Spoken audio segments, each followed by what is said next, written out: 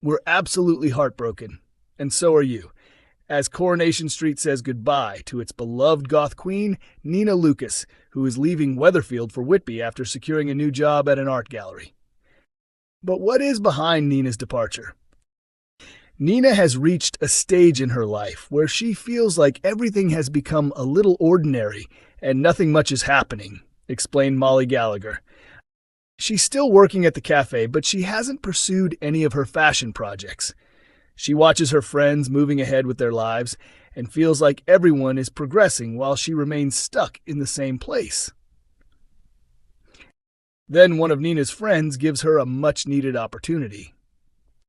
She has this conversation with her friends, and one of them is going to these amazing gigs and really enjoying life. She wishes she had something similar happening in her own life.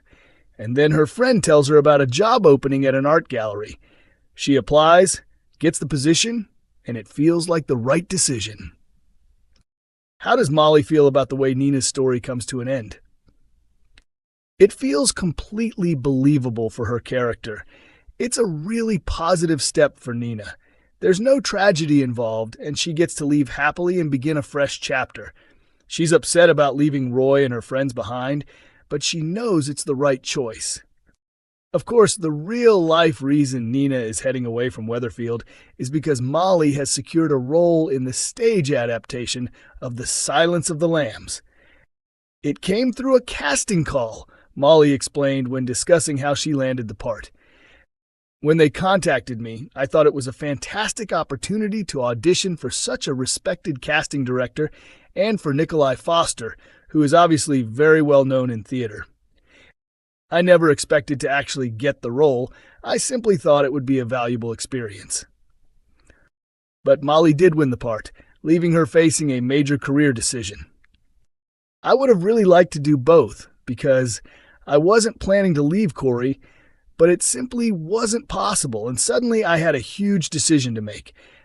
As an actor, finding work is never easy, and when an opportunity like this appears, it's incredibly difficult to reject because you never know when another chance will come along. Just as Nina has frequently relied on Roy Cropper for advice, Mollie also turned to David Nielsen when she was unsure what to do.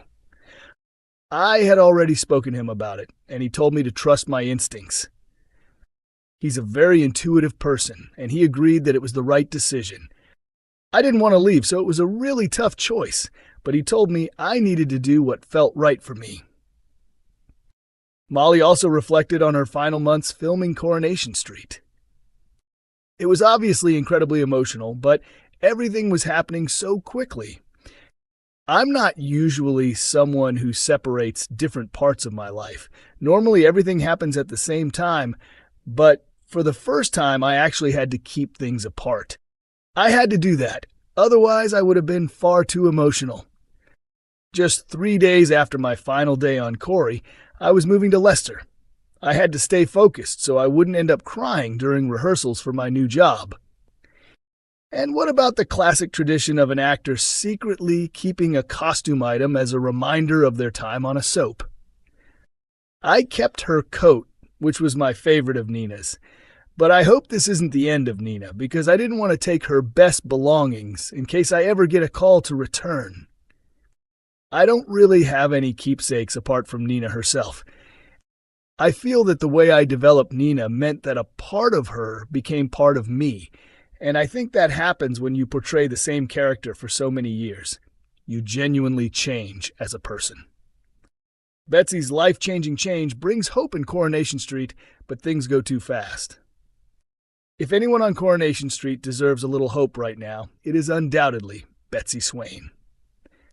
The troubled teenager's life was turned upside down after she suffered a devastating stroke that left her facing severe difficulties with her speech. Sadly, Betsy's health crisis came after she and her boyfriend, Dylan Wilson, experimented with non-fatal strangulation during consensual sex. The shocking truth sent ripples through the street, with Betsy's furious mother, Lisa Connor Swain, blaming Dylan for the injuries that had changed her daughter's life and attempting to bring the police into the situation.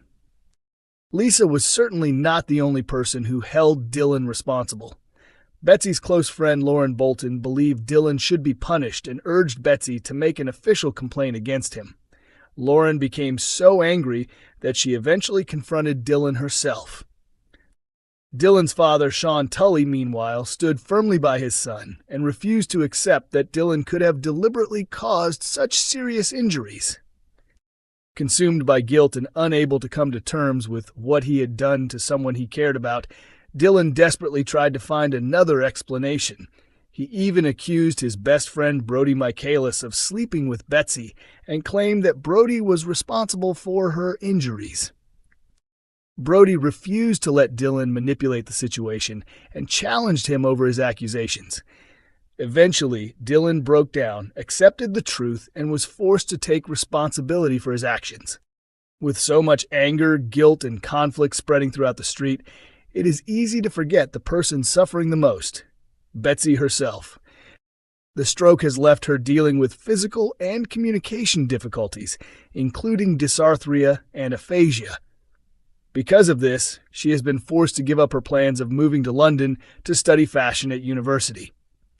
At just 18, Betsy should be planning her future, spending time with friends, and enjoying her youth. Instead, she is facing a major adjustment as she returns home and begins intensive speech and language therapy as well as physiotherapy. Alongside the physical difficulties, Betsy must also deal with the huge emotional and psychological consequences of experiencing a stroke at such a young age. Her situation becomes even more difficult because of Lisa, who has gone into full protective mom mode.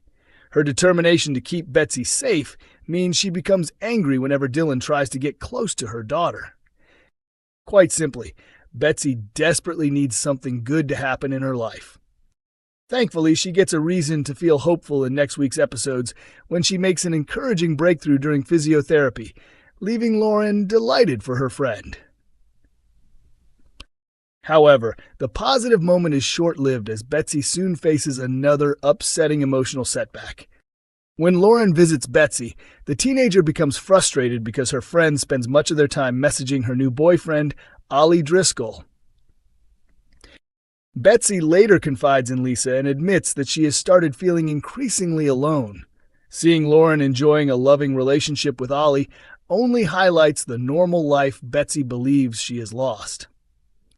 There is, however, a touching moment when Betsy receives assistance from her physiotherapist and manages to stand on her own feet for the first time since suffering the stroke. It becomes a deeply emotional and encouraging milestone for the teenager. Meanwhile, Lauren persuades Ollie to visit Betsy with her and suggests that they take some of his cake along. However, when Lauren eventually turns up with Ollie, Betsy does not respond in quite the way they had hoped. Without giving too much away, the visit quickly becomes awkward, leaving Lauren determined to step in and do something. She tells Betsy that the two of them are going out for lunch.